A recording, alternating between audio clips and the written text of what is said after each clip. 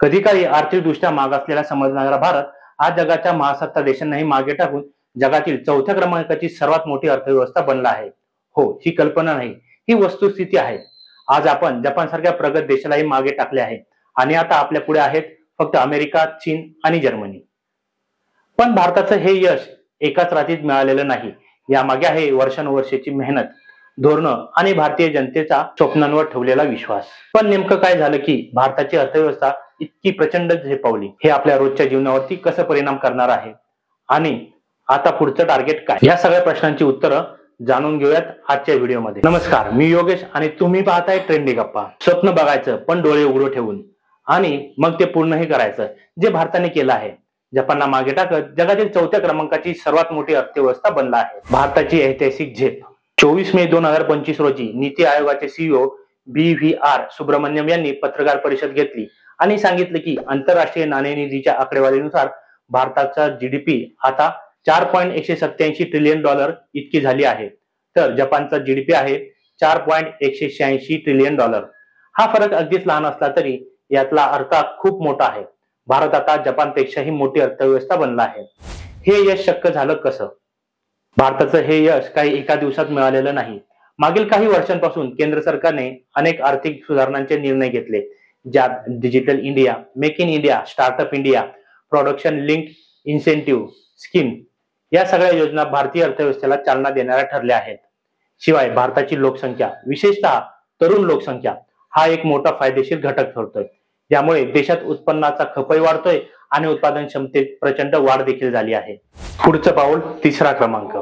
जगात सध्या फक्त 3 देश आपल्या पुढे आहेत, ज्यात अमेरिका ज्याचा जीडीपी आहे $30.5 ट्रिलियन, चीन ज्याचा जीडीपी आहे $19.2 ट्रिलियन आणि जर्मनी ज्याचा जीडीपी आहे $4.9 ट्रिलियन। जपानला मागे टाकणारा भारत जर्मनीच्या खूप जवळ पोहोचला आहे। नीती आयोगाच्या अंदाजानुसार जर आपण सध्याचा वाढीचा दर कायम टिकवला तर 2027-28 पर्यंत भारत तिसऱ्या क्रमांकावरती पोहोचू शकतो। आता जपान मागे का राहायला पाहूयात।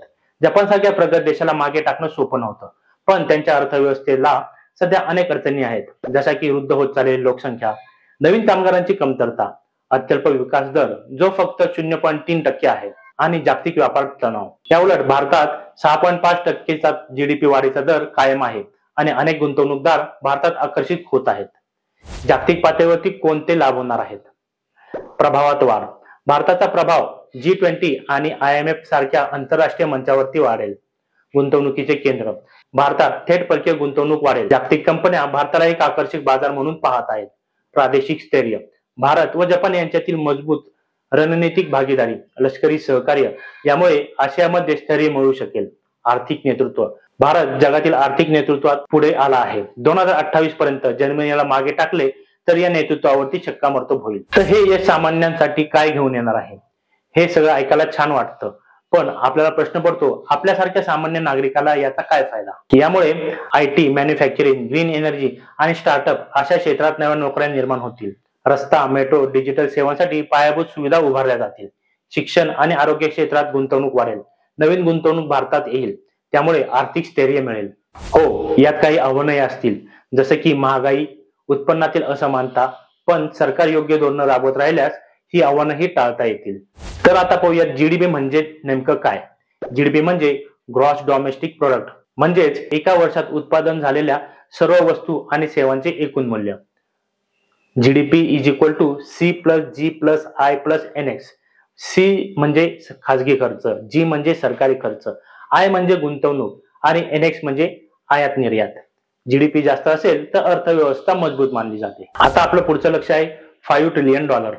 पंतप्रधान नरेंद्र मोदींनी 2019 मध्ये घोषणा केली होती की भारत $5 ट्रिलियन ची अर्थव्यवस्था बनेल।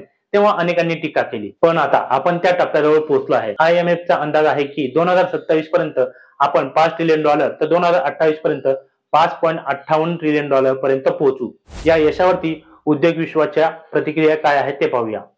महिंद्रा ग्रुपचे अध्यक्ष आनंद महिंद्रा यांनी आपल्या भावना व्यक्त करताना म्हटलंय की मी बिझनेस स्कूलमध्ये असताना जीडीपी मध्ये जपानला मागे टाकणे हे दूरचं स्वप्न वाटप होतं। हेच आजचं वास्तव आहे। आपण जगातील चौथ्या क्रमांकाची अर्थव्यवस्था बनलो आहोत। महिंद्रा यांनी पुढे सांगितलं की हे काही लहान यश नाही। जपान ही एक मजबूत अर्थव्यवस्था आहे आणि भारताची प्रगती ही कोट्यवधी भारतीयांच्या कठोर परिश्रम आणि प्रतिभेची साक्ष आहे। या यशावरती आपण थांबू नये. भारताने दरडोई जीडीपी वाढवण्यावर भर देण्याची गरज आहे. त्यासाठी प्रशासन, पायाभूत सुविधा, उत्पादन, शिक्षण आणि भांडवलाची उपलब्धता या सुधारणा होणं गरजेचं आहे. आपण आत्मसंतुष्ट होता कामा नये. भारताला अधिक उंची गाठायची आहे.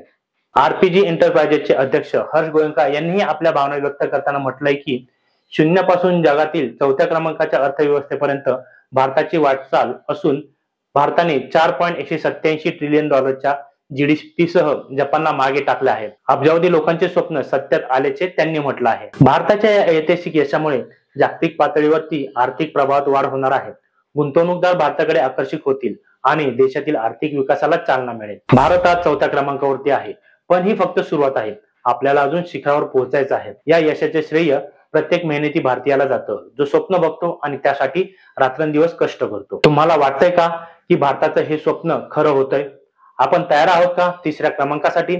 विकसनशील नव्हे तर विकसित भारत घडवण्यासाठी? कमेंटमध्ये नक्की सांगा. तुम्हाला ही माहिती आवडली असेल तर हा व्हिडिओ लाईक करा, शेअर करा आणि टेंडी गप्पा चॅनलला सबस्क्राईब करायला विसरू नका. धन्यवाद.